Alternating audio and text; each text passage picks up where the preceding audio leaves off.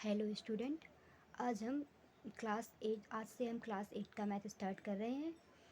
सबसे पहले हम चैप्टर सेकंड से स्टार्ट करेंगे, क्योंकि जो फर्स्ट चैप्टर है उसमें थोड़ी बहुत ज़्यादा डेफिनेशंस हैं, उनको समझ में आपकी थोड़ी दिक्कत होगी, इसलिए हम चैप्टर सेकंड से स्टार्ट करेंगे। चैप्टर सेकंड का 2.1 वाला प्रश्नावली है 2.1। उसका जो पहला क्वेश्चन है, निम्न समीकरणों को हल कीजिए और अपने उत्तर की जाँच कीजिए। तो पहले क्वेश्चन है, हमें पहले क्या करना है कि निम्न समीकरण को हल करना है। हल करने के लिए हमें क्या करना है कि पहले हमें x की वैल्यू फाइंड करनी है, तो x का मान निकालना है। x का मान कैसे निकालेंगे हम?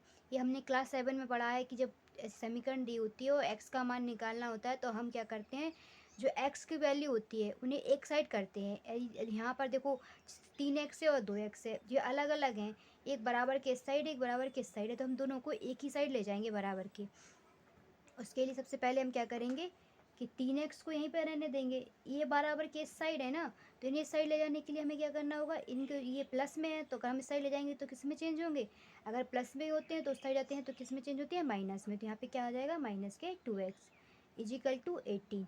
देखो ए इसका क्या होता है कि अगर कोई चीज़ बराबर के इस साइड प्लस में है तो उस साइड आती है, जैसे प्लस में 18 लिखा था तो प्लस में है तो किस साइड आती है, तो माइनस में हो जाती है।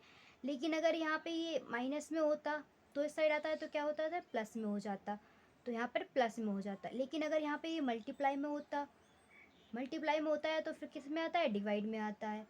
और अगर डिवाइड में हो तो उस साइड जाएगा तो किस में जाएगा, मल्टीप्लाई में जाएगा।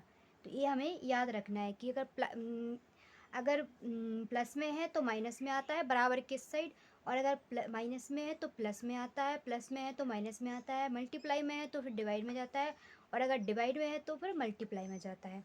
सबसे पहले ये प्लस में था तो इस साइड ले गए तो किस में हो गया, माइनस में हो गया।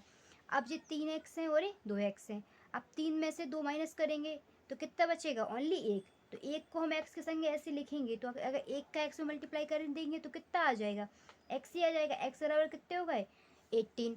ये हमें क्या मिल गया, x का मान मिल गया। लेकिन उन्होंने कहा है कि जांच कीजिए, तो हम जांच कैसे करेंगे, सबसे पहले लिखेंगे जांच। जांच करने के लिए हम क्या करेंगे कि जो x की वैल्यू है वो समीकरण इस वाली समीकरण में हम रखेंगे। तो हम क्या करेंगे, x बराबर 18 हमें कहाँ पर रखना है, 3x बराबर 2x प्लस 18, इसमें हमें x का मान रखना है। तो 3 गुणे 18 बराबर 2 गुणे 18 प्लस 18। 3 गुणे 18, 3 का 18 में गुणा करो, 18 छत्तीस 36 54, 18 दूनी 36 प्लस 18। अब 54 बराबर 18 को 36 में ऐड कर दो तो कितना आ जाएगा, 8 6 14, 3 1 4 1 5, 54 बराबर के बराबर आ गए।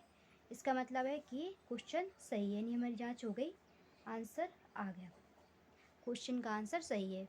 बस इतना सा सिंपल सवाल है, हमने पहला सवाल किया, इसी तरह हम दूसरा तीसरा चौथा सारे सवाल आगे के आगे करते जाएंगे।